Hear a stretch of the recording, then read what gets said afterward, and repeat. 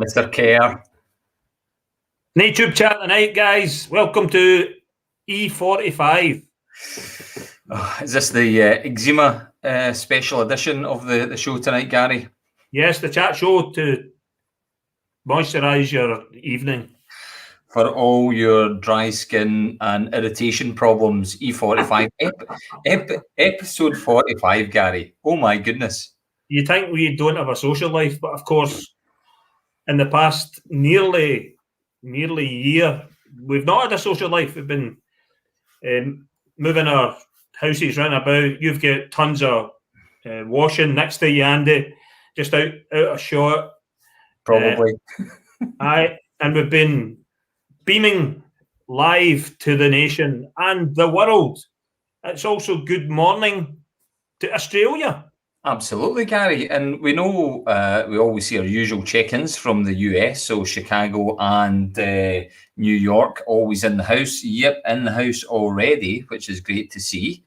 Yeah. Hi, Elizabeth. Hi, good to see you in again. Well, now tell me this: is Elizabeth's face appearing there? Because there's something weird going on with the stream. Yeah, Elizabeth's face is there. Yes. Oh, it's not showing up as there's Norma's face. Yeah. And there's Donald's face. Yeah. But what about Councillor Devine? I just get a little pink square. Can you see Eddie's picture there, Gary? On the thing on the right hand side, some of it's not there, but his street stuff thing's there. Oh, I can't see that. There's definitely gremlins in the house tonight. We'll just need to imagine what all of you look like. But listen, but it's going to be a disciplined show tonight, Andy, because we have satellites in play. We've put our money in the meter, and we've paid for a satellite to beam one of our guests in from Australia.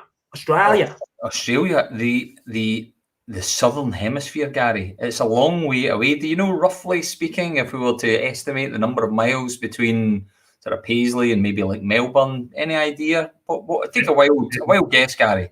9998.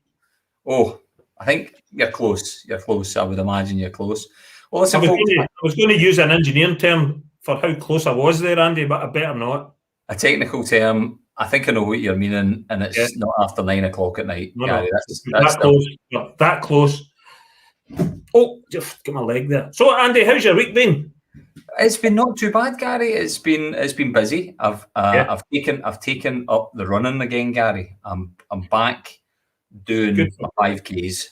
Good for you, Andy. Somebody that comes to mind as well, gets a wee break, gets you, and that's good. You've got that as a target, and you're doing your 5Ks. Any more ambitious than that? Well, I tell you what. I don't know on your Facebook feed, Gary, if you've ever seen these things called Conquer events. And it comes up, and basically it's a thing that you can sign up for. And if you run a certain distance, you get like the Mount Fuji challenge, or the Everest challenge, or the Hadrian's Wall challenge, or whatever it might be. And it's a certain distance over a certain period of time. So myself and my daughter signed up for the Hadrian's Wall challenge. So it's 145 kilometers, so 90 miles that we've got to run. And I'm trying to do it before my daughter's birthday in May. So that's the plan.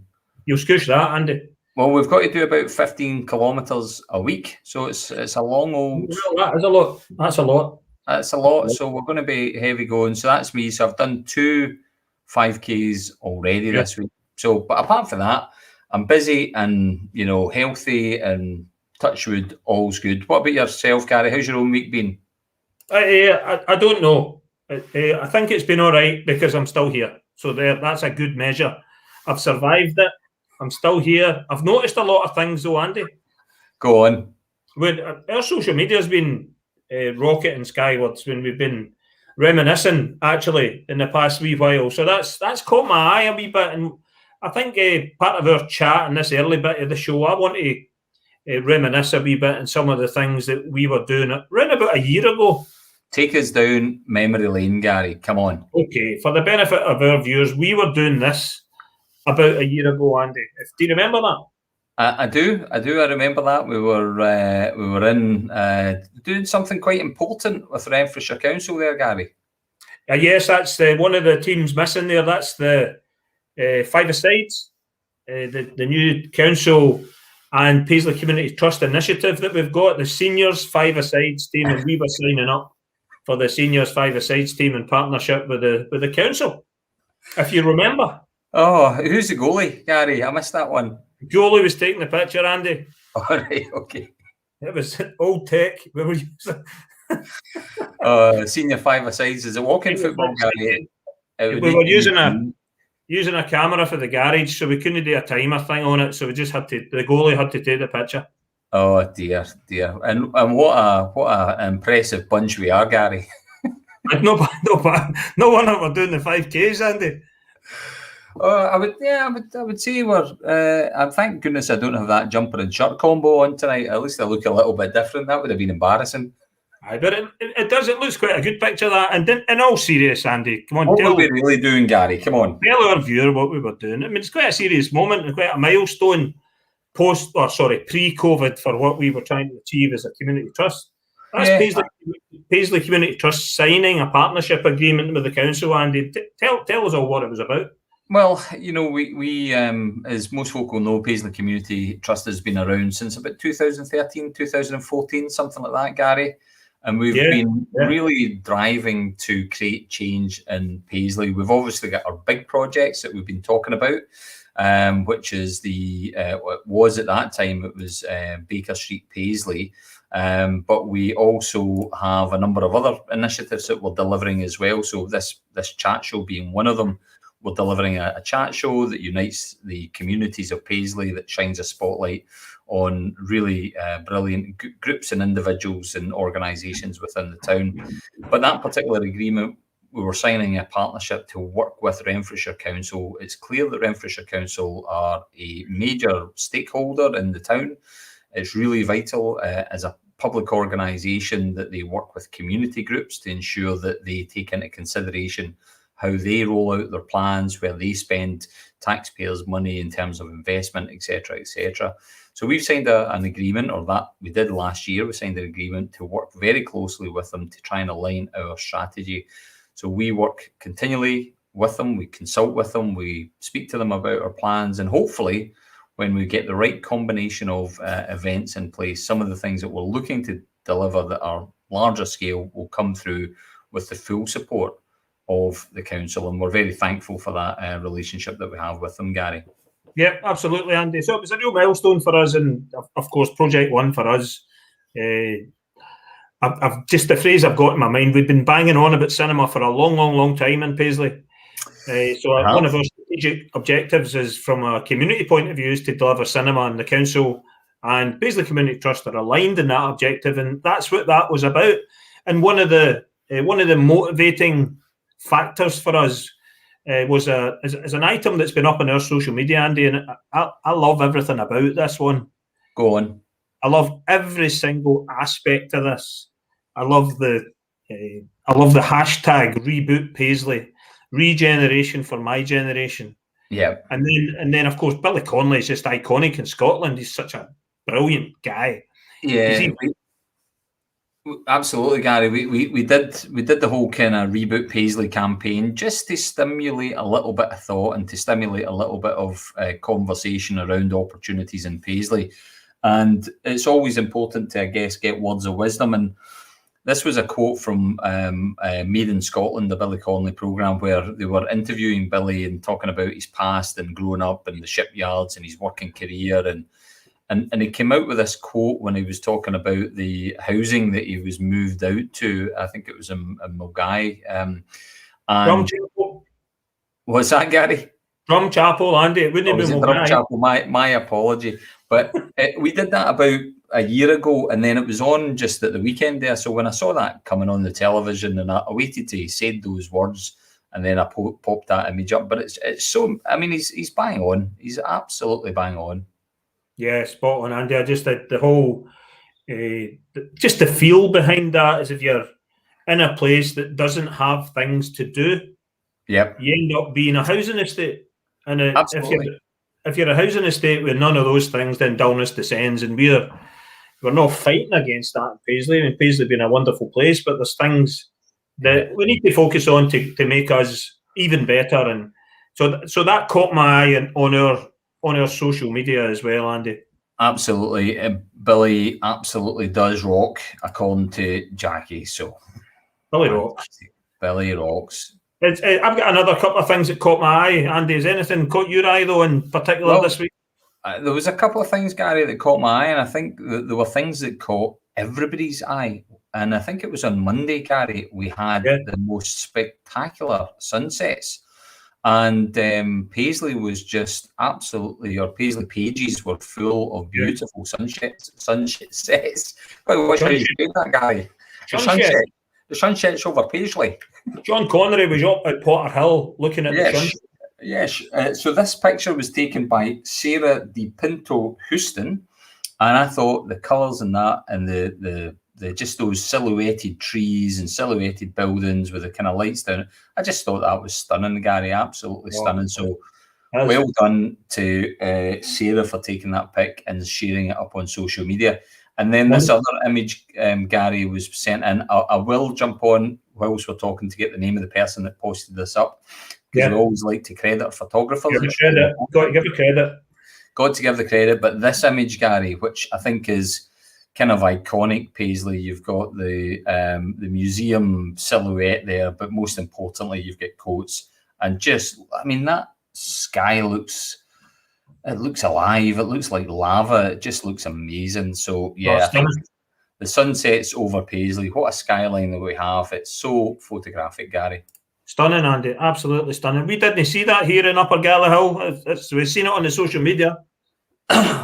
Well, this is why we love the communities on the Paisley, different varied Paisley Facebook pages, because people will see a picture, they're proud of their town, they'll stick it up on social media, and folk will just go, wow, that's stunning. Those were two, but to be honest, we could have done a whole programme tonight based on the fantastic sunset pictures in Paisley. Just absolutely beautiful, folks. They were amazing. What was the thing that happened? Is it red sky at night, Shepherd's Delight? What does that mean, actually? Red sky in morning, Shepherd's warning. It's all to do with the sun and clouds. That basically, if you see red sky in the morning, it's because the clouds are being illuminated by the sun, which means it's likely to rain. And red sky at night. I'm glad to ask that. And red sky at night means that there are no clouds in the sky because of the way that the sun's descending and it's lighting up the atmosphere. Okay, a trainee Sean Batty. Talking of Sean Batty, Sean Batty has flung me a dinghy, as they say. Oh, I did that. You're in good company. He did that with me, Andy. Right, folks, we're going to crowdsource Sean Batty onto the programme.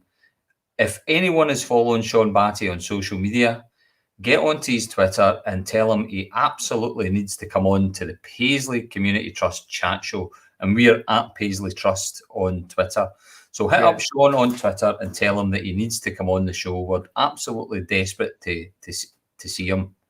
Absolutely, Andy. And another wee thing that's caught my eye, and it's not, is it a late tea? It's a cup of tea, Gary. Late tea. You're 7 minutes overdue. You think so? Oh, I'm about 7 minutes late, Gary. 7 minutes overdue. So another wee thing caught my eye, Andy, and it's not, that is a positive thing, but it's tinged with negativity. It's a negative source. Right. I don't know what to say about these images, apart from the guys that are the guys from Calamity Kayaking. I've got to give them the most credit in the world for what they're doing in and around our river space. Now, the one on the left-hand side was taken just north of Bridge Street. Is that oil, Gary? That's oil or bus coolant. Oh, right. Floating in the river just below, and it's covered in it. That's very specific. Bus coolant. It's coolant from buses. So they've went to the buses at the Bridge Street, right? And when the river is low, the coolant is in the river. So that's not good, Andy. I mean, that's not good at all. Shocking. And then the image on the right-hand side is the same guys. They go up and down the river in their kayaks, cleaning debris, rubbish. There's some unsavoury stuff that they clean, and these are just a couple of excerpts of some images. And the one on the right-hand side is right down the bottom of Abercorn Street, right, where the harbour is, next to where there's some tyre fitters, and there's loads of tyres in the river. Well, exactly. That when I saw that picture, Gary, okay, you've got the fridge in there, right? But just look at the number of tyres. Now, I don't know the last time you had tyres in your car, but you have to pay for disposal, right? And those garages are duty bound to dispose of those tyres because you've paid money to that company to dispose of your tyre in an environmentally fresh way. And this is someone turning up. Well, I don't know if they've all been dumped in mass in one go or they've just been slinging them over there. But that is absolutely shocking. And Gary, without pointing any elbows, it's clearly a company, and it doesn't take Colombo to work this out. It's clearly a company that fits tyres for a living, Gary. Well, that's you. You are making a big, and it's not a massive leap there, Andy. I was down there looking during the summer, went to walk, stood there, tyre placed to the back of me, tyres in the river. You don't need to add 2 and 2 up to get. You actually get 4. You go, that's connected.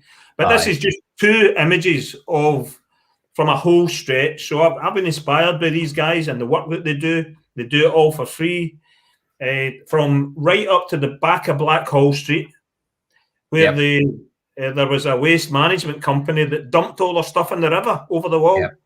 All the way through past Morrison's, down the Hamels. The guys are at the Hamels constantly cleaning up plastic, right through the piazza, right down to our harbour.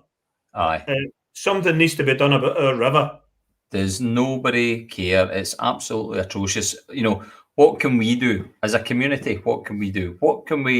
We've got the Team Up to Clean Up team, right? You know, what can the council do? But what can these companies do to make them aware of the environmental damage that they're doing to the town and ultimately some degree of enforcement, you know? But I think, enforcement is ultimately, I think, always the last kind of thing that you would go for, Gary, isn't it? You would want to try and educate these people to sort of say, right, we need to not be doing that anymore. That's just wrong. So I mean, it's a whole strategic approach, though, Andy. It's coming in from Glasgow region. So there's stuff coming in from Glasgow, and it's coming into our area. It's coming up over the walls of not so good polluters. And then there's the seepage into our roads and into the river. Well, and in these times, never mind these times, it's the right thing not to do. So there needs to be some sort of approach. There needs to be a strategic objective to protect and make our river better. Absolutely. And here's a point from Terry, is that they know what they're doing. They simply don't care. Cost is the issue. And Terry, you might be right, but the last time I got 2 tyres put in my car, I had to pay for tyre disposal. So you can only but guess these companies they're charging because they're legally bound to. It's part of the tyre exchange process. So they're just pocketing the cash. Is that what's happening? Now, we don't want to get into too many allegations tonight. The highlight is that shouldn't be happening to a river. What can we do to stop it? You know, I'm going to see if I can do a roving report for the programme, Andy, and see if I can catch the guys socially distanced on the phone, have a wee chat with them. Yeah, see what we can do. Right, okay, listen, we need to crack on. What else, Gary, has caught your eye? Anything else, Gary? Right, has anything caught my eye? This one last thing, Andy, has caught my eye. And here's another campaign. Annette knows about it. You might not know about it. This thing caught my eye. Scottish Walking Awards 2021. Now, here's the thought. I'm in campaigning mood tonight, Andy. Right. Okay. Here's the thought. Why don't we look to link together all our murals, right, our heritage walks, in the theme of well-being? Right. We could have a 1 kilometre heritage walk in the town centre. We could have a 3 kilometre heritage walk and a 5 kilometre heritage walk in our town centre that will contribute to social well-being, cultural well-being, and ultimately footfall and economic well-being. I'm saying we should do that in our town. Sounds like a great idea. Sounds like a great idea, Gary. You clicking there when I'm clicking? Well, I got ahead of myself there, Gary. That sounds like a great idea. There's some brilliant features in Paisley. You'd want to walk around Paisley, and if you get a purpose, if you've got a distance, whether it's the murals or whatever it might be. That's a great idea. So we're going to do that. Are we wanting someone to come up with 3 walks for us? We're doing that. We're going to do that. We're doing that. Annette's on top of it. Annette's in charge. Well, there you go, folks. She doesn't know yet, but she'll volunteer later. You've heard it here first, folks. We're going to come up with a well-being walk for Paisley through all the cultural and architectural and artistic highlights. Is that right, Gary? In partnership. So the murals were put up with Paisley first. So we'll speak to Paisley first. What about having a 0.75 mile walk? What about having a 1.89 mile walk? This is for Eddie. And a 3.42 mile walk for Eddie and Old Money. That's probably not quite right, Andy, but it's a 1K, 3K and a 5K walk in and around our town centre. Right, it's a deal, Gary. We'll need to make that. We'll need to put that into action. That's something to deliver. Right. Let's do it, Gary. Have we got everything else underway? I think we are. I think we're ready to start talking about our guests. So first and foremost, we've got guests on tonight. Now, Gary, we can. I don't know how you want to cut this, but we've either got 4 individual guests. No, I've got a bed to get him. We've got 2 sets of 2 guests, or we've got 4 guests. But there's 4 on tonight, Gary, including obviously Annette, who's going to be coming on for Question of the Week somewhere in the middle. 2 2s and a 1. 2 2s and a 1. Now, some folk will have looked at tonight's poster and they've gone 10,000 miles special. Now, it's got nothing to do with me and Gary walking or running, but it's got everything to do with the organisations that we've got coming on this evening. And we're going to bring the first 2 of those organisations on to talk about them and what they do and their role in the town. And then we're going to get into the programme itself. So without further ado, we're going to bring Alan on from Create Paisley and Eileen on from Right to Dance. Evening, everybody. Good evening. I'm getting a T-shirt, Eileen. You're on mute.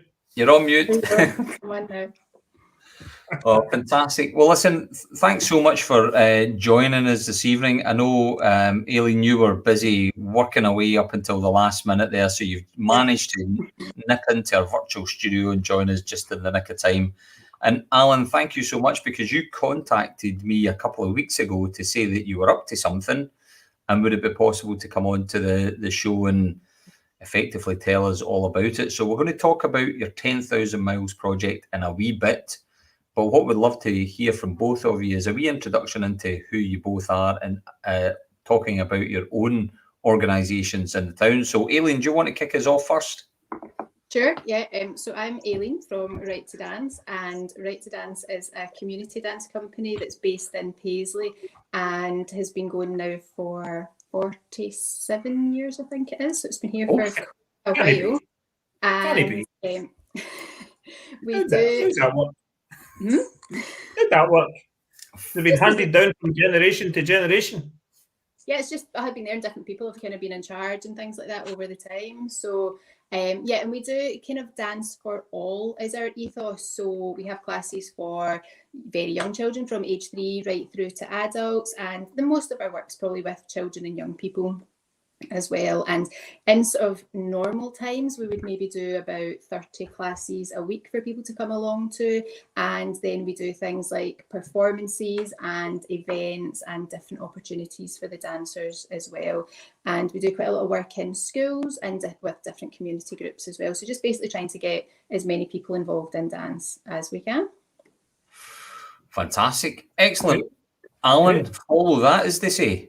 I know, it's a good length of time, isn't it, to be set up? So yeah, I head up Create Paisley. We've been in Paisley since 2009, so 12 years. I was trying to do my maths, or almost 12 years, which has been really great. And initially kind of set up out of a sort of a perceived need of not having lots of activities at the time for young people in Paisley. Yeah. That's quite changed, I think, in the last 12 years, and there's lots of fantastic kind of free activities and things happening now. But we run arts workshops, open mic nights, wellbeing programs, and a lot of youth activism and youth voice as well. So really, I guess, kind of free spaces for young people to come in and kind of shape activities that are good for them and for other young people. So yeah, and it's fantastic to be here. So thanks for having us. Where have you? So we have office space in the Methodist Central Hall, so 2 Smith Hill Street. If you know Rainbow Turtle, you kind of look upwards, and we're 2 floors up. So we've got a good space there, and then we were using Blend. We kind of took over Blend on a Friday night every couple of weeks, but we've not obviously been in there for a little while, so we're, I guess, all online as everybody else is at the moment. So multiple nights a week, which is great. So yeah, absolutely. And we'll talk about the kind of impact of COVID, because that's obviously been one of the major factors that have led you to the project that we're going to talk about a little bit later on. What about yourself, Aileen? Where are you based out of in normal times, as you say? Where's the base? Yeah, so our base is at West Primary School, and that's where we run most of our classes from. So we have a studio space there that we use, and then we would perform usually in like Paisley Town Hall, Paisley Arts Centre, things like that, as well as then lots of the kind of local events, Small Shot, Halloween, all of those kind of things too. So kind of frequently dancing sort of around the town as well. Yeah, and on you go, Gary. Oh, sorry, I was just very impressed with 30 classes a week. That's an amazing amount of classes. And how is that possible? Just basically every night, kind of Monday to Thursday evening, and then sort of all day on a Saturday. So and so we can have classes for all the different age groups as well. So kind of then the program just sort of fills itself. Yeah, great. And as dance, I'm remembering back when I was younger, and dance being.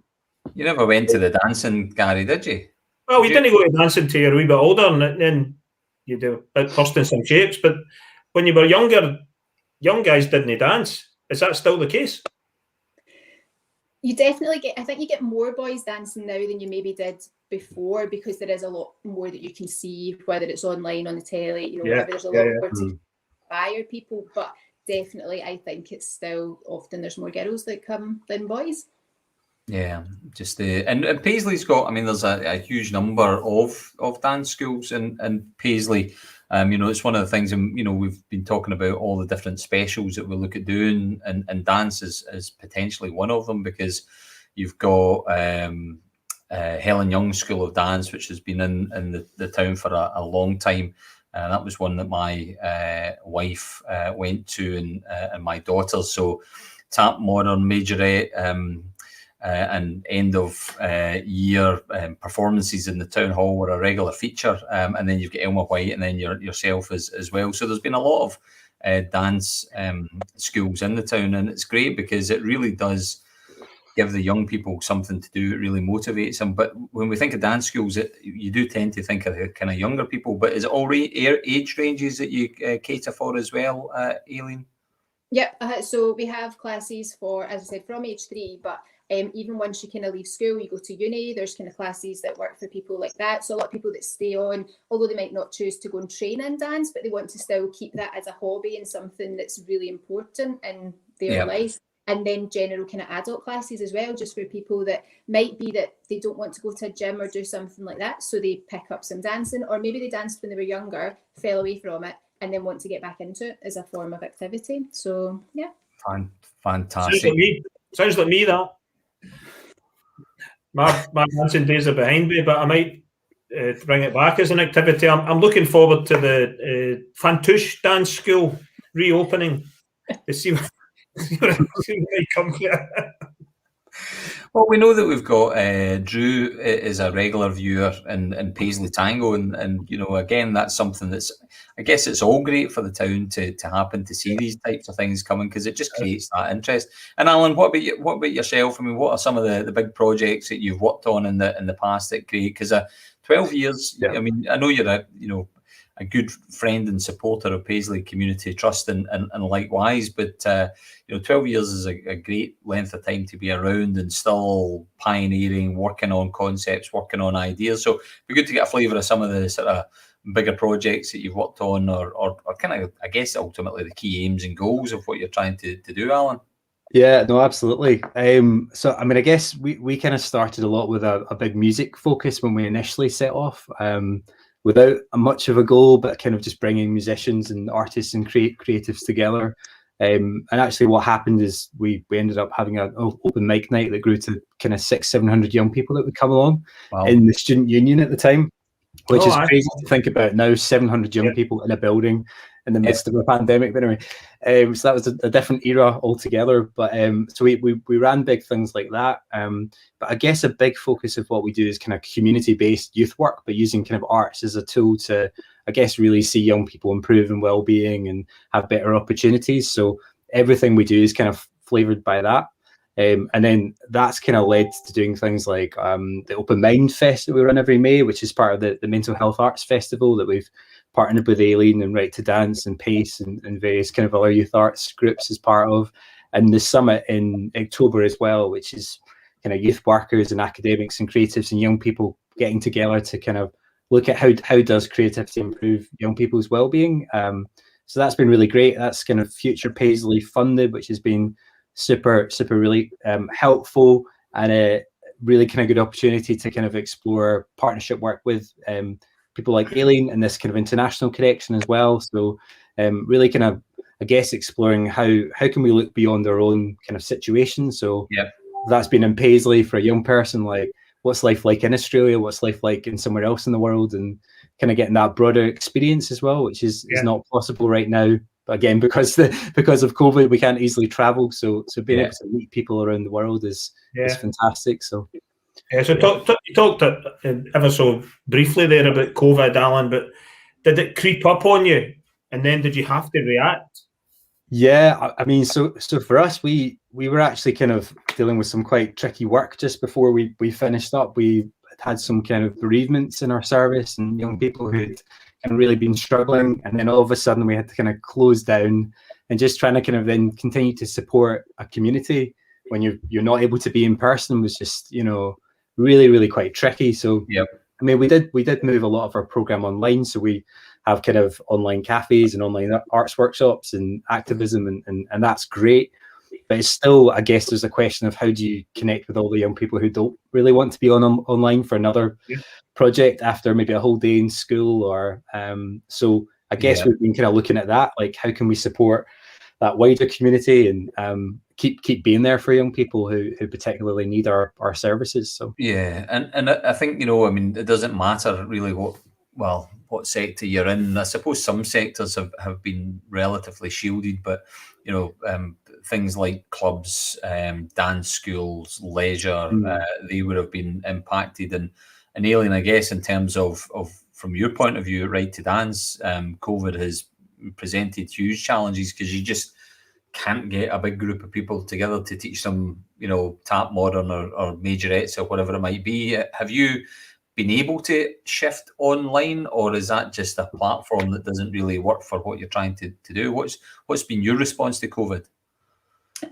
Similar to Alan, the sort of, you know, obviously when it kind of happened and then everything that you kind of knew just had to stop, and then we did have what would be the best thing for us to do. So we set up some classes on Zoom, kind of using that platform so that we can interact with people rather than maybe just posting some films on, you know, like YouTube, and people just kind of can log into that whenever they want. We thought the kind of routine and having something to look forward to each week would be quite important. And we've now been running them since last year, so it's now almost a year, you know, getting close to that we've been running our Zoom classes, and they're going well. We've got people attending every week. Similar to something Alan said, though, not everyone engages online, though. It doesn't work for everybody, but for the people that have been coming, I think it's been a really positive thing for them to do. And then we managed to get back for a week in November with our younger kids, and then we went into level 4 at the end of that weekend.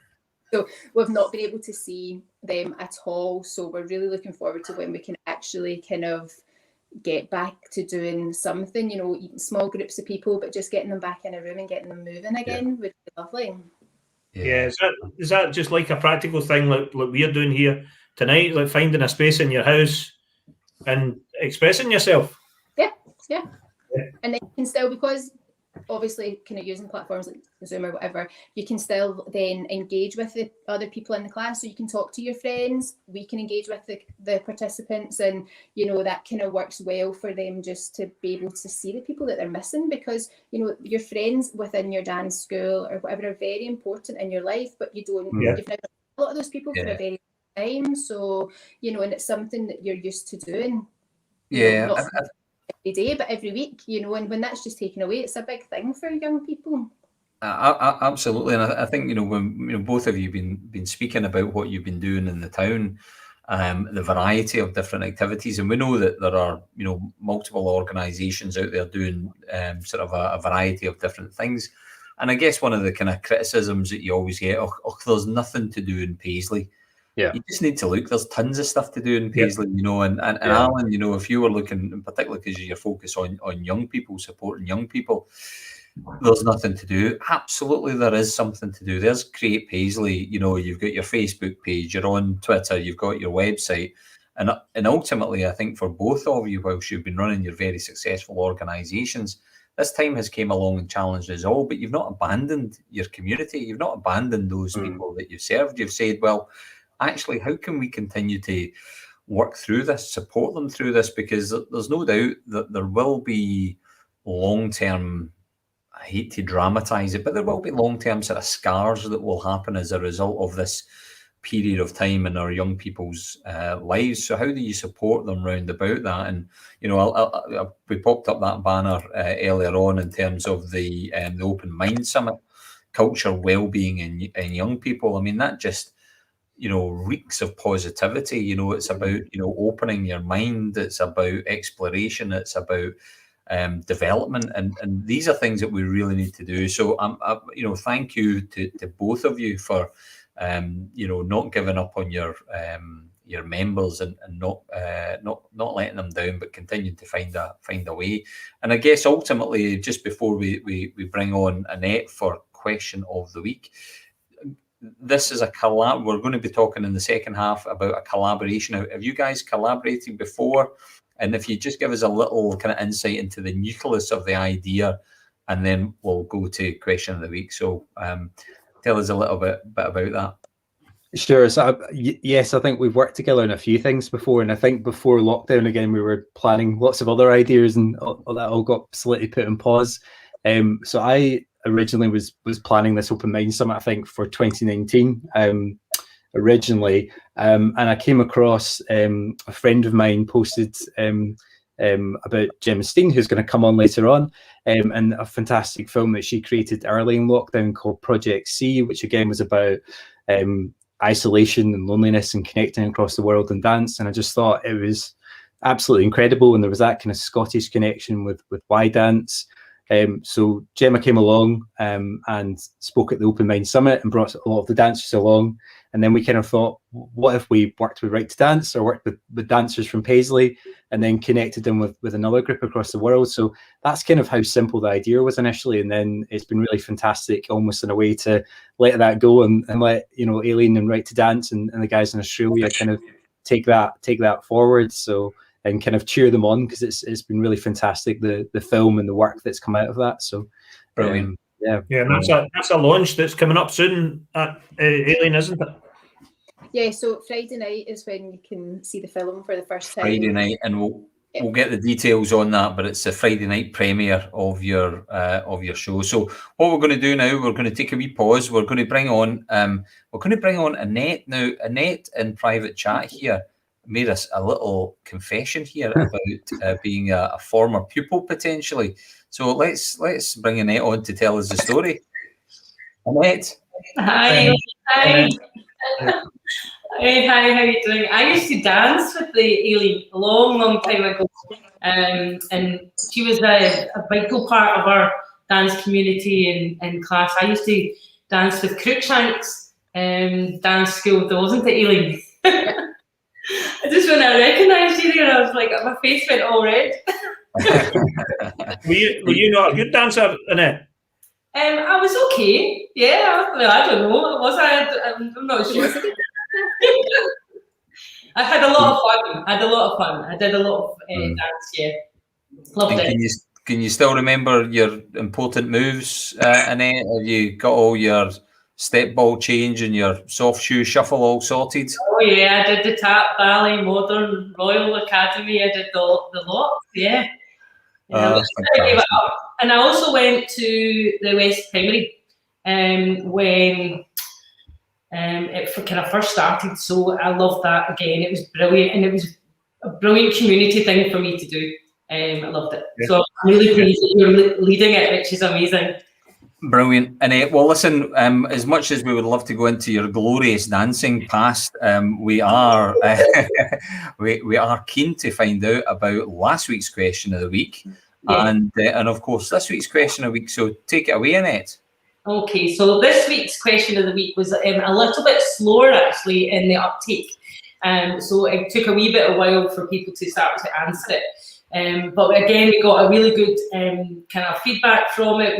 The question was, should Paisley High Street pedestrian area be reopened to environmentally friendly traffic? So we had lots of people enter, and they said 71% said no. No, they don't want to see it reopened. Wow. And 29% say yes. Well, there's a real surprise in it. I mean, that is a surprise for me. Were you thinking more people would have wanted the high street reopened to environmentally friendly traffic, Gary? Well, I have a theory, Andy. I don't want to be disrespectful of our community and anyone at all. But I think there's a nuance in the question. And if I'm completely wrong, then shoot me down. I mean, totally shoot me down. What I think the thread behind the question was the environmentally bit. For me, it's not about opening up the high street to cars. That's a different question. I would expect opening up the high street to cars to be round about that answer, or higher actually. But if you put your mind to it, and I actually Googled today, traffic. What is traffic? And traffic is anything from walking to buses and trams. It's what moves humans from one place to another. Yeah. So if you environmentally want to move humans from one place to another, then the starting point for that is walking. Then you've got cycling. Then you've got electronic scooters and bikes. Yep. Then you've got electronic taxis, electronic buses. Could there be cars? Could there be all of that? For me, it's about exploring it and exploring the subject, and not just saying, no, we're not doing it. Well, just to back that up though a little bit, is that's what was also coming through. So when they were saying, no, we don't want to open to traffic, they then came up with those suggestions. They were saying, well, what about an electronic train that would go around and take people from iconic buildings, and even down from from the museum courts to out to the possibly new super Marks and Spencer's market, and then back into the town centre, and then out to possibly Barshaw. They also talked about bringing in cycles, the bikes, like Glasgow. So yeah, there was a couple ones that said they did want to open, but actually they didn't want to all open. They wanted the high street to stay closed, but they wanted Gilmer Street to be open, so they could go right through the time. There was huge interest in actually keeping it closed and having a more open for seating and gardens and dining and that sort of thing, so that they socialise more. A couple of really interesting points there. That whole one about Gilmer Street being opened, actually, you can see going up St Murnbury and straight all the way through and a drop off there. That seemed to make sense. But I did notice, and folks, we ask the questions that get sent into us, which is great to see all the community engagement. So the questions are usually fairly binary in terms of your option to reply or answer. But what we like to see is all that engagement online. There was tons of discussion, some fantastic points that were out there. And one of the points that caught my eye was, with electric vehicles, there's a perception that they are silent. And of course, there's not a noisy vehicle making noise. So people were worried about being knocked down by silent electric vehicles, and particularly as we refer to them, the young at heart who use the town centre. That hearing might not be as sharp as it once was. So, that's a really important factor, that as we go to environmental, and there's no doubt, petrol cars, diesel cars are all on their way out in the next couple of decades. Everything will move electric. That's going to happen. But how do we provide for people's safety in those circumstances? Interesting point. Yeah, there's a couple of interesting things I read as well in it about, and I don't think we can make the comparison with cities. So that Buchanan Street in Glasgow in particular, I noted someone saying we should just be like Buchanan Street. My reference point is Byers Road and up the west end of Glasgow. Another reference point I've actually got is the High Street in Ayr, which has been redesigned to suit certain types of traffic. So you don't have a thoroughfare, you don't have fast traffic, but you've got drop-off points. Yeah. And it's an interesting debate, and I'm really, really interested in the numbers there. Absolutely. Now, before we do go on to the question for this week, a couple of things. Alan, Aileen, pedestrianisation of High Street or open to green, environmentally friendly traffic? Are you surprised by the results, or do you largely agree with the results? I think I'm surprised because my impression was that most people wanted the High Street opened up again, but I don't know if that's just who I hang out with. But I mean, love the idea of green spaces and electric vehicles, but yeah, I guess that fits within the wider master plan of all the stuff that you guys are talking about as well. Yeah. Any thoughts, Aileen? Yeah, I kind of like the idea of, like, some cafes and things being a bit more open, that you can, sit out a bit more or something like that. That would be quite nice. So whether people are thinking along those lines as well, maybe. Yeah, there was a lot of that, Aileen, but I've got experience at the High Street in the evening. I went up to the observatory one evening with my son, and I come down and it was like tumbleweed, and quite scary because it's so quiet. And in normal times, I know there were not normal times, and there is a drive for a 20-minute neighbourhood and shopping local, all of that sort of stuff. So there may be a silver lining there at the end of COVID about shopping local, and people may feel a bit more loyal. Yeah. But the High Street in Paisley tended to close at 4. Yeah. To get really, really quiet, and with quietness comes just crime and anti-social media and all of that stuff. So perception of safety, Gary. And sorry, Andy. I was going to say, with quietness comes perception of safety, and I think maybe it might be a perception point. But I guess when you look at the Paisley, when you look at, Paisley is open, the 2030 vision, if you've got a high street that's got a mix of residential, it's got a mix of retail, it's got a mix of leisure, the high street suddenly becomes much more vibrant 24/7. And is that the right type of place to have pedestrianisation or through traffic or whatever it might be? Great question. But as always, we've got another question of the week in it. So tell us what this one is. Well, actually, Alan was on the money there. We're actually looking at more green space. So that kind of came out as well, that people want to socialise more, and they want to kind of find an area in Paisley Centre or town centre to do that. But when we looked at it, we're looking at Dunn Square. Well, that was created in the 19th century as a quiet retreat for people and working people to go and enjoy the pure air.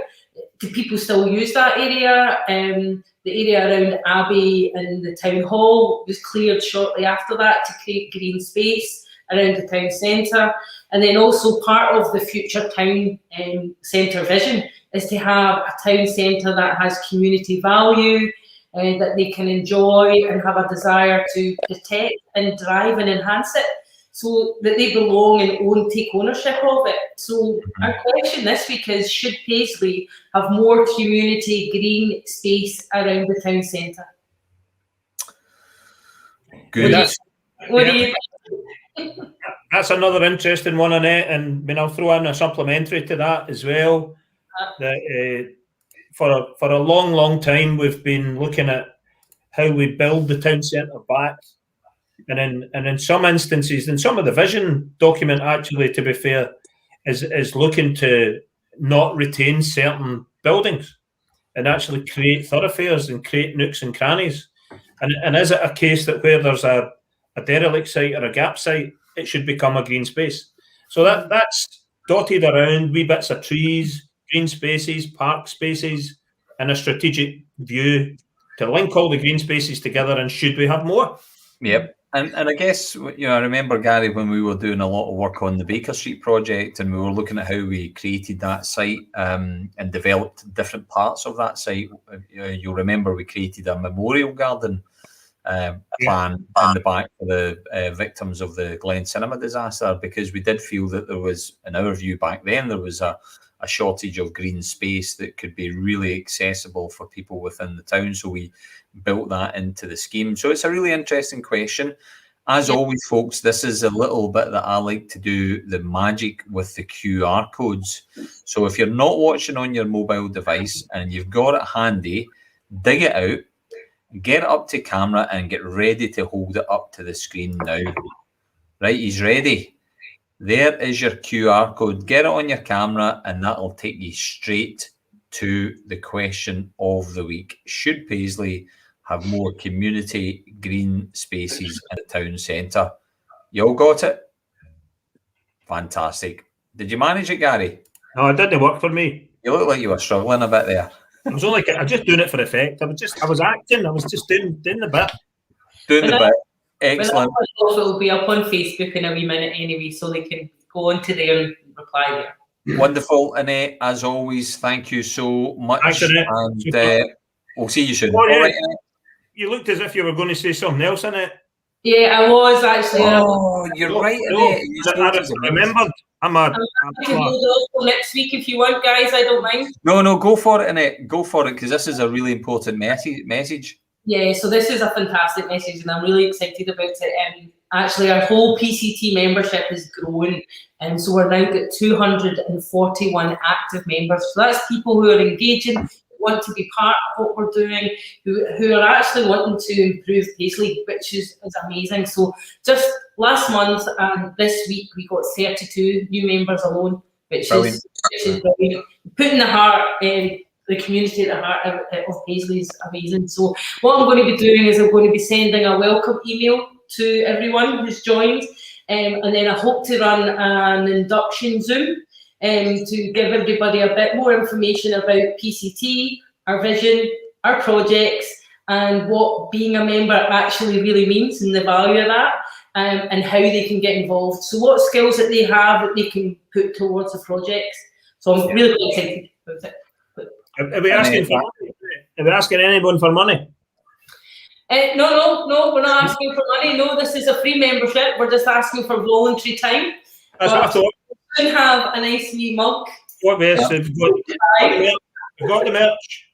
Absolutely. And it's all about becoming a member. It's all about giving us your ideas, giving us your thoughts, giving us your support, and giving us your encouragement, and that's really important. That as Paisley Community Trust, it's a membership organisation. We're not working for us, we're working for the community. We're working for the membership base. So get involved if you can. Give some time, brilliant. If you just want to support us from the stands, that's absolutely fine as well. But get involved, and maybe, Annette, here's your challenge. You've got to work on getting me a QR code for how to become a member, and you just click sign up and done. Let's try and work that one out. Right. No, sorry, Eddie. I'm clicking too much here, Andy. I'm clicking the right thing, Gary. Right, Annette, I'm going to take you out of the stream, and you take care of yourself, okay? See you later, bye. See you later, Annette. Here's Annette. Right, we better crack on with the show, and in true fashion, Alan and Aileen, we always tend to overrun a little bit because we love just chatting to everyone. We love chatting to you guys. We love finding out more about the project. But before we do bring our next two guests on who've been really patiently waiting, we're going to show a little video. So I want you to just give us a little introduction to the project. Either Alan or Aileen will show the little teaser video. And folks, a word of warning, the teaser video will or should contain no audio because it's got a track on it that we can't play, unfortunately, or we'll end up in the Facebook jail, and we don't want that to happen. No, so again. you just have to use your imagination. Maybe Alan and Aileen's going to beatbox over it, but tell us a little bit about this project then, folks. Do you want me to go? I don't mind. You go for it. I spoke too much already, so I'll let you. took part in a workshop with Yellow Wheel, a workshop with Right to Dance, and a workshop with Y Dance. And then at each workshop, they learned some new material, and then they also devised some material in little groups, so that the dancers from Australia got to work with the dancers from Scotland. And then at each workshop, they had filming to go and do afterwards, so they then chose places to go and film, and then that's what was kind of submitted to Gemma, and then she's put everything together to make the final piece. Fantastic, excellent. So we're going to run this trailer, and then we're going to bring our guests on, and that's going to be Gemma, and we've got Kyle, and Kyle's joining us all the way from Melbourne. Is that correct? So yeah. Goodness knows what time it is there, but let's get this trailer up on the screen. So remember, folks, no audio, but bear with us. It's only a minute long, but it'll give you a flavour of what they're doing.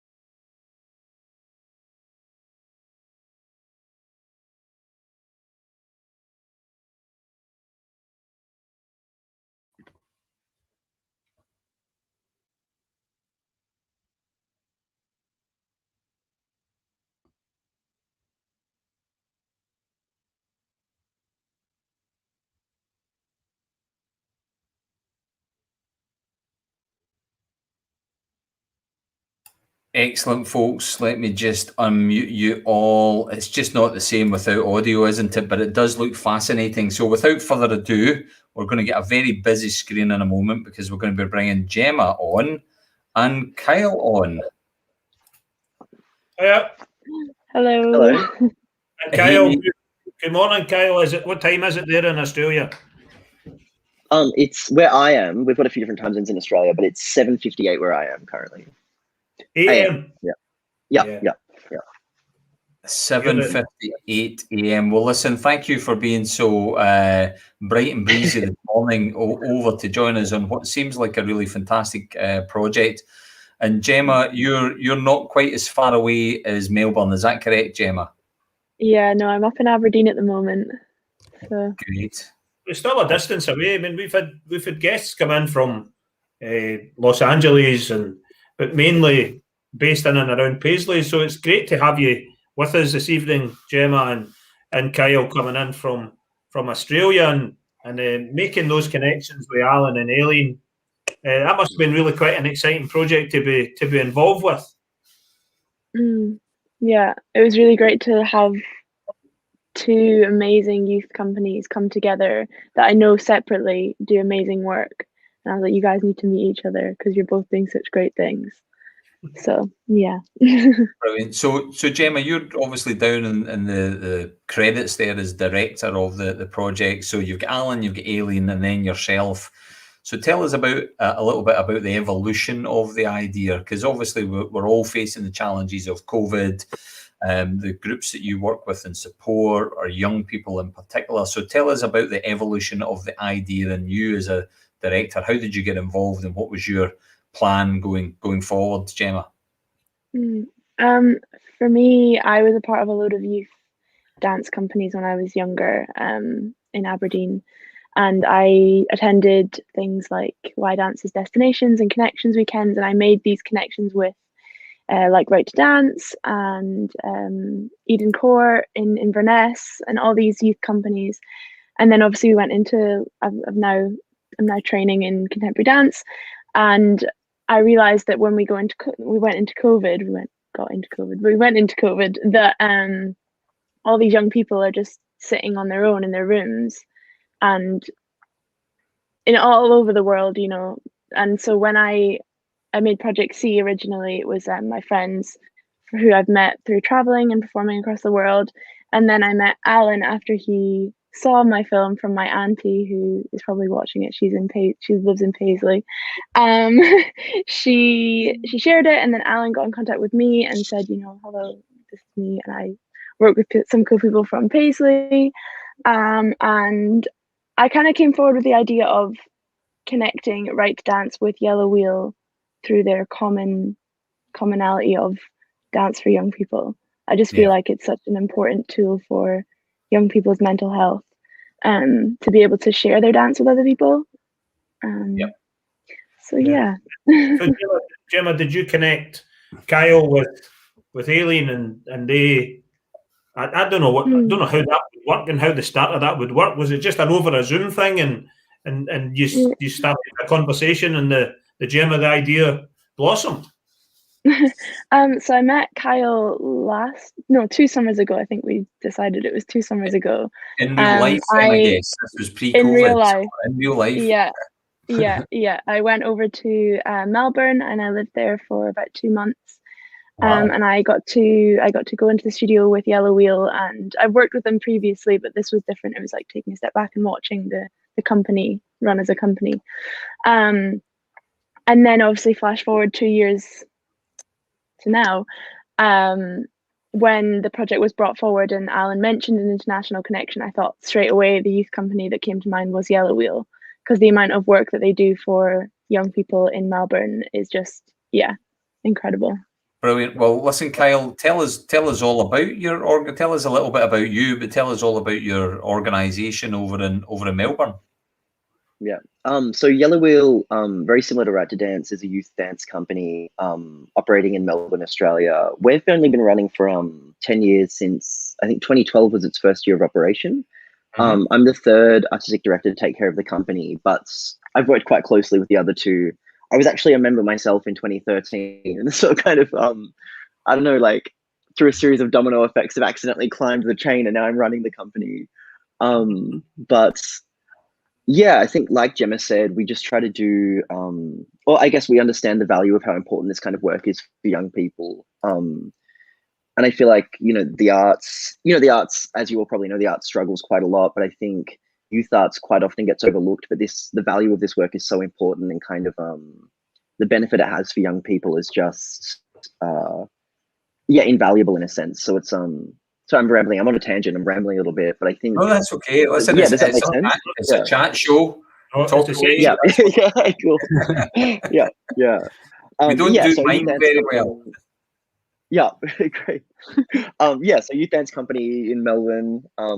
We don't have as many classes or anything on offer as Right to Dance, strictly for funding reasons and kind of support reasons. But I don't really know what to say. If that's, I guess that gives a summary of the company a little bit. No, all Well, good. that's interesting, and I'm really pleased that the tech's working, Kyle, and you're working out how to speak to each other here, because when we were warming up, there was a bit of a lag, but it's actually quite amazing to be sitting here in Paisley in the cold, and you're just getting up to start your day in Melbourne. And that's how you've connected with these other people online. And I'm guessing that what this is about, without knowing too much about it myself, it is about expressing yourself in the form of dance across the world. Yeah. It's been. On you go. I was going to say, it's been also like not just connecting through dance, but something else. I was talking to the Yellow Wheelers recently, but something's been so incredible about this experience is that kind of retrospectively, I realized because of the COVID situation, it's almost become so difficult to meet new people. Or, we see people at the grocery store, you see people in walks, you say hi as you're passing them, but to actually meet someone and get to know them a little bit has become such a rare thing, to meet new people. Yeah. And I think for the period of time my city was in lockdown, I think this is the only group of new people I met throughout that whole time, which is quite kind of surreal to think about. But I think it kind of puts into perspective how important these kinds of things are, especially during this period of COVID. Yeah.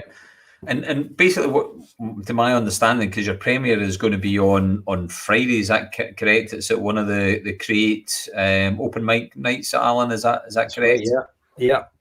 Probably about 8 p.m. We're starting at 7:30 with some music, but we're gonna show the film about 8 and have a few more of the dancers on, and let Gemma take that so that I don't have to awkwardly speak on camera. So I'm gonna hide in the background. That's all right. I'm gonna pop a screen up right now. Yeah. It'll just overlay over the top of us, so you know you can point at the side here, Alan, and you'll be able to point exactly where it is. But this is ultimately for this Friday.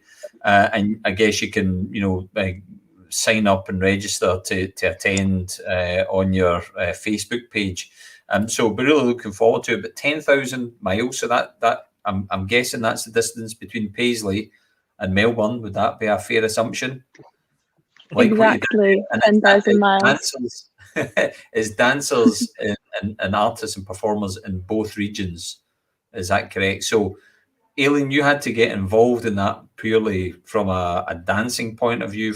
I can't remember the exact title, but it was all to do with movement and how to direct, I guess, the people's dancing itself. How difficult was that a job to not only span the time zones, but get over through the technology and the platforms that we're using now, Aileen? Yeah, I think because we've now been doing it for a while, you're kind of getting used to some of the ways that it works and what you can do and the dancers. So for us, it was nice and early on a Sunday morning. So it was kind of 8:30 in the morning for Paisley and about an evening for Melbourne. So dancers are kind of, one lot are kind of just getting up, one are just kind of, getting ready to end their day. So trying to kind of meet that and just sort of, kind of let that get one group ready to go and put everyone together was good. We just kind of, a few exercises to get everyone moving, learn some material together, and then did quite a lot of work in breakout rooms so that the dancers could actually have a chance to speak to each other, because obviously, the more people you have on the screen at once, it's very difficult to really communicate with each other. So quite a bit of work in breakout rooms to let them devise and create together and to have that connection that Kyle was talking about. That's such a big part when you're dancing together, but you don't get that so much just now. So, and then for that to be meeting new people as well and seeing some other faces and, chatting to some other people. And then when they're filming, when you've then seen little bits of the footage and knowing that somebody's doing exactly the same move as you, but 10,000 miles away from where you are, it's a lovely connection. Yeah. So that was some of the breakout groups, or was the principle behind it to have breakout groups that were mixed across the world? Yeah, so each group would have dancers from Scotland and Australia in it so that they could all collaborate together, and they all then got to meet new people, and then each group each week would kind of try and mix up the groups a little bit just so you got to meet someone else. Yeah. And how many dancers in total are involved in the performance? Because Right to Dance have got a large number of students, and I'm guessing Kyle, your own organisation's got a large number of students as well. So how many were involved, and what are the kind of age ranges that you were working with? There was 28 dancers in total. Okay. From both companies combined. Age range? I'm not so sure. Yeah. 16's longest. Yes. The youngest of ours was 16.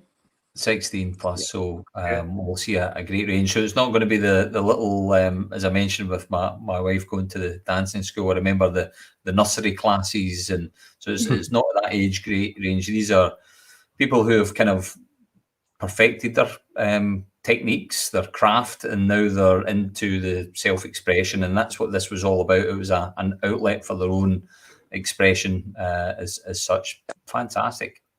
So Kyle, just to come to you, what's your ambition for this in the post-COVID world? What's are you peaked a bit further forward, and have you got a vision for what you might achieve together? Like in what sense? Sorry, like. Well, I can see you being over here. I can see you coming over here. You see. Yeah, I'd love to. It's once we can travel, I'd love to come over there and kind of meet Eileen in person and the company.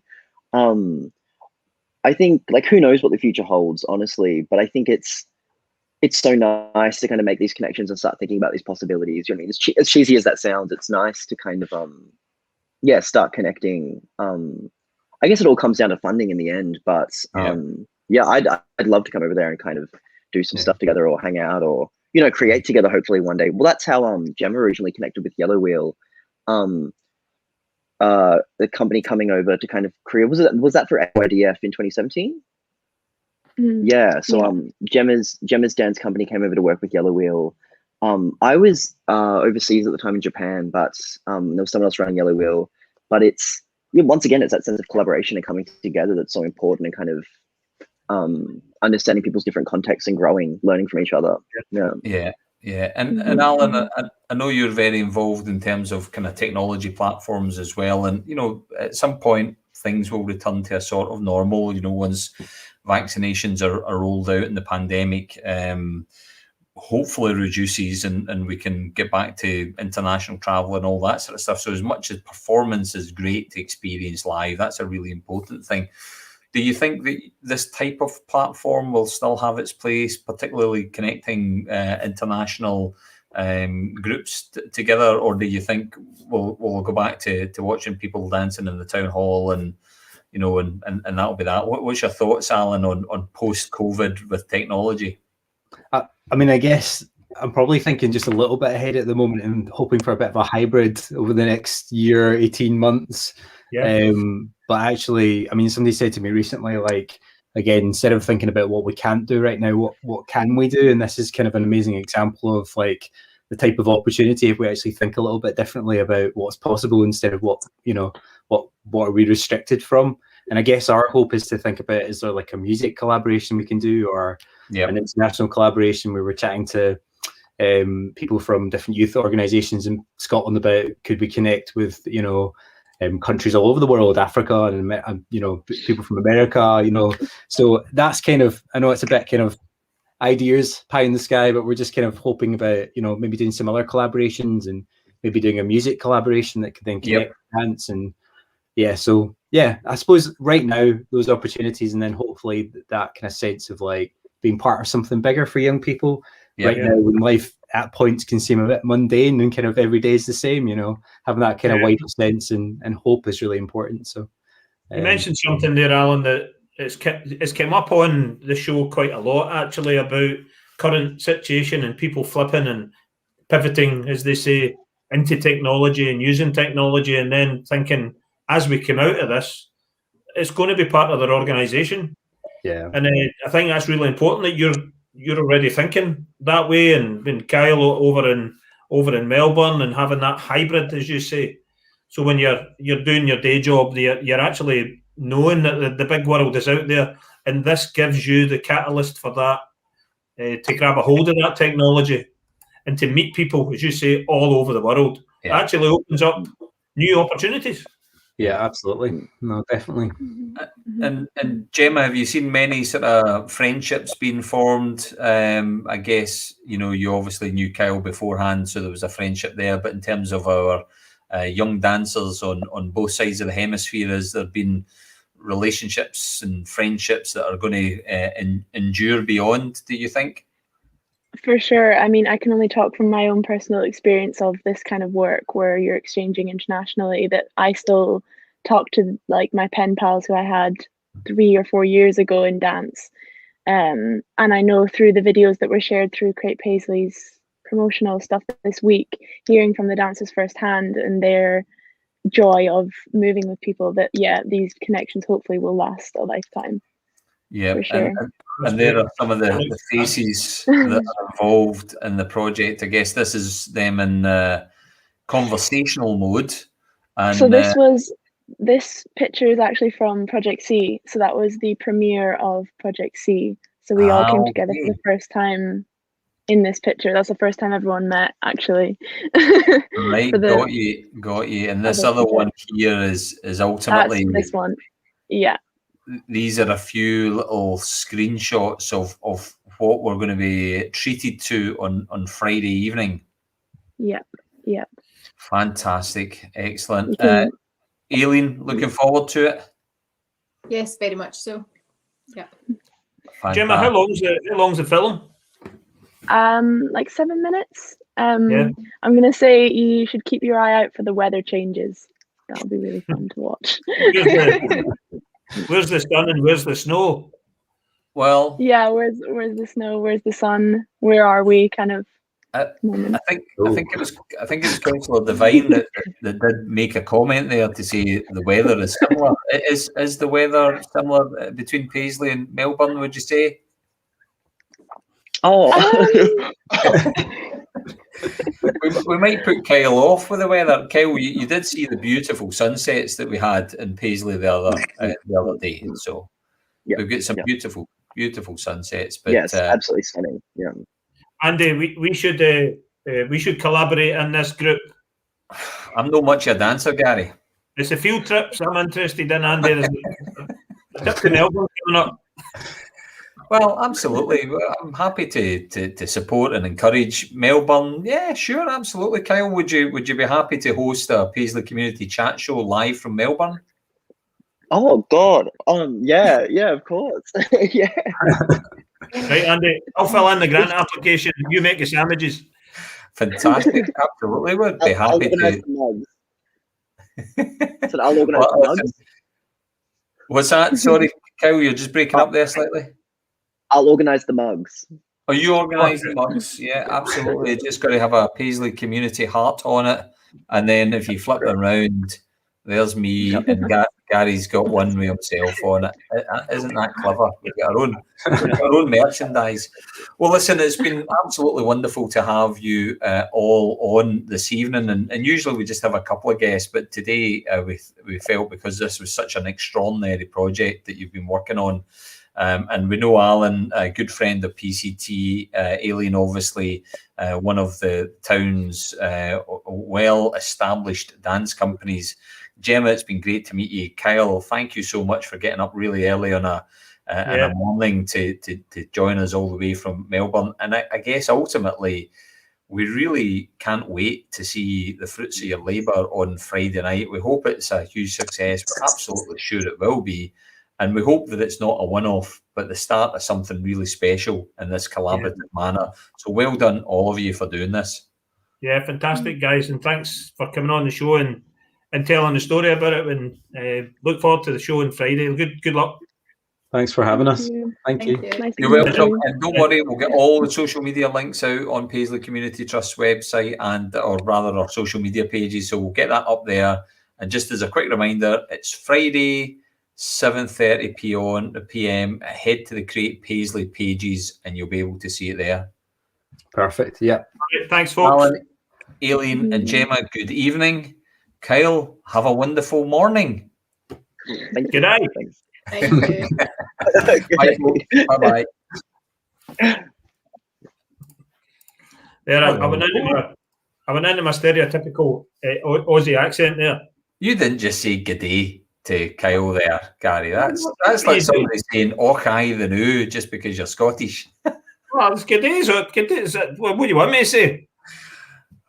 Well, exactly. I suppose you were just, we do a whole range of languages on this show. And our regular viewers will I didn't get into Finding Nemo. All right, mate. Didn't do any of that.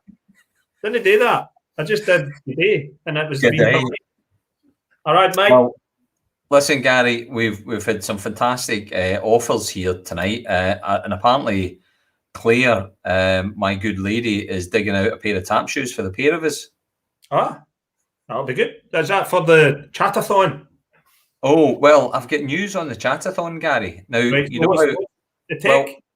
Well, on the tech, apparently Facebook can only allow an 8-hour stream, and then it cuts you off. So we might have to do an 8-hour segments, Gary. Can we do 3 8-hour segments? Well, your maths are as good as mine, so yeah, we could do 3 8-hour sections potentially. Okay. There was another question that came in, and I forgot to ask this one while the folks were on, but we'll just pose it as a statement of fact rather than a question. Tommy McGrory's had the calculator out. Now, I just don't know what a step ball change is, so my mind is boggling. A step ball change, that's a dance move, a tap dance move, Gary, that clearly you have to move some distance on it, but to cover 10,000 miles, you would need to do 21 million step ball changes. Tommy, as I know, Tommy, he would have did a step ball change in the living room, measured it, divided it into 10,000 miles. Listen, Tommy, if you're up for that one, you know, if you're wanting to do a sponsored step ball change all the way to Australia, you might get a bit wet in places as you cross the English Channel or various other stretches of water along the way. But hey, could raise a lot of money, Tommy. Might take you a while, mind you. Yeah, Tommy's up for that. We'll get Tommy on the chat-a-thon doing the step ball challenge. Step ball challenge. I'm going to learn how to do a step ball change, Gary, and see if I can do a soft shoe shuffle. I need to Google that, Andy. Get my 1980s leg warmers. Oh yeah, the whole get a bit of Irene Cara on and fame. Going to live forever, Gary. That's what I was thinking. Isn't that just a fantastic project that the folks at Create and Right to Dance have put together? That's brilliant.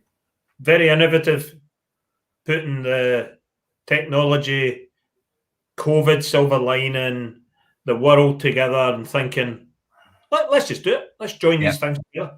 That's brilliant. Let's join these things. As always, folks, we like to shine the spotlight on all this activity that's going on in the town. And clearly something that's taken place overseas as well. So make sure. Well, there you go. He was doing it. Well, there we go. We know that Tommy was doing a step ball change and measuring out. But, I'm away to the toilet. What's that happening in the background there? But listen, folks, make sure Friday night, 7:30, tune in to Create Paisley for the premiere of 10,000 miles. Now, Gary, a couple of bits of breaking news. Yes, I Andrew. showed this image earlier. Yes. Mark Anderson. Take a bow, sir, for capturing that wonderful image. We always like to credit our photographers, so that was Mark Anderson that took that one. Mark, is it Man fan? I don't know. I've got no idea if he's a St. Munn supporter, but he took a cracking picture, Gary. Andy, to be fair, if you had an iPhone the other night and you pointed it to the sky with something in the foreground or the background, you weren't going to take a bad picture, really, were you? The sky was absolutely stunning. A lot of people really, really liked it. And we've got some private chat in from Annette, who's keeping an eye on the social media. Fantastic uptake on Question of the Week already. Yeah, that wasn't what caught my eye in private chat. Oh, the merch you're talking about, Gary? No. She also wants to come as part of the old dance troupe. Okay. So we've got a wee group that we're forming. Well, I don't know what we're called yet, but we're forming a dance group, Andy. Oh dear, I wasn't expecting that. We've gone from 5-a-sides, Gary, to forming a dance group tonight. So a wee dance group. I'd give my hamstring. I'd do my hamstring sitting down. And I know you're the fitness guy now, Andy. I've got to try and get into it.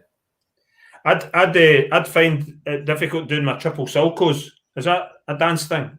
I think you've Googled that, Gary. No, triple sulco. Have you been watching Strictly? A bit of Strictly? No, at all. No, but I like a bit of sequence. I like some sequence. Yeah, fantastic. And we've got there's Alan thanking us for having us on the show. Sean, do I have a black belt in ballroom dancing as well now? No. Oh dear. I'm afraid I don't. I've got a black belt to keep my trousers up, but certainly not in ballroom dancing. Oh dear me. I didn't mean it, Tommy. Come on, I was talking about the dancing thing. Yeah, tube.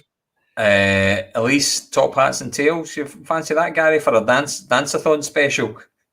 Yeah, that'd be good. So we're looking for sponsors for the chat-a-thon and the dance-a-thon. So that'll be 3 sessions of 8 hours by the looks of it. Maybe we'll have half an hour between each, Andy. We'll need to figure something out. We've got to sleep at some point, but actually we're looking for folk to take over the chat show if we're doing a 24-hour stint. Clearly myself and Gary can't stay awake for 24 hours. No, that's a challenge, Andy. We'll take cat naps. we'll take cat naps along the way. Even Terry Wogan took a wee cat nap during Children in Need. There needs to be continuity, Andy, because unless we've got guest hosts that have got the Scott Vic certificates. Well, I'll do some training on StreamYard beforehand for everyone, but we'll need to let some folks take over the show. Maybe some of our past guests might want to come on and take controls of the chat show for whatever your slot might be, whatever your guest might be. Could be really exciting, but that is going to happen in maybe about 10 weeks' time, Gary, 8 weeks' time, something like that, we're thinking. It's about 8 or 9 weeks, Andy. It's the date of the week a year ago that we started this. It's going to be our birthday. It'll be our first anniversary. A week 54, I believe it will be. So it works out as show 54. Right. It works out round about a year to the date that we started the chat show, and it's going to be the charity chatathon. The charity chatathon, and we've got past guests wanting to come on. Caroline is going to come on the show for us already. So Caroline, that's great to hear. Brilliant stuff. Now, Gary, we're nearly at the end of our show, and yes, folks, we have overrun as always. But I guess we're kind of getting into this hour and a half kind of slot routine as usual. Yeah. But the next week, Gary, tell us a little bit about what you've got lined up next week. We're going to talk about business in Renfrewshire. Wow. Yeah. So, headline act is Renfrewshire Chamber of Commerce, which is a wide membership remit in and around the town, and a surprise guest accompanying the Chamber of Commerce. Still to nail that one down and get it confirmed. But the Chamber of Commerce are coming on next week, and we're really interested in the business dynamic in Renfrewshire, what's happened in COVID with businesses, how businesses have reacted, and that word again, pivot, and using technology to improve and sustain their business, and how the landscape is shifting. So that's next week's show, Andy. It's about business in Renfrewshire. Absolutely. So we've got some great shows lined up, but that's going to be a really important one. So watch out for all our usual ads. We'll be on, as always, Wednesday night at 8 p.m. We'll be able to update you on all of the activity that's been going on in the town. But next week, a business special. So if you've got a business in Paisley or Renfrewshire, if you're in the midst of running a business, if you're thinking of starting up a business, we're going to have Bob on from the Chamber, and our other mystery guest who we're hoping is going to be a business expert from the community as well. So should be a great chat show.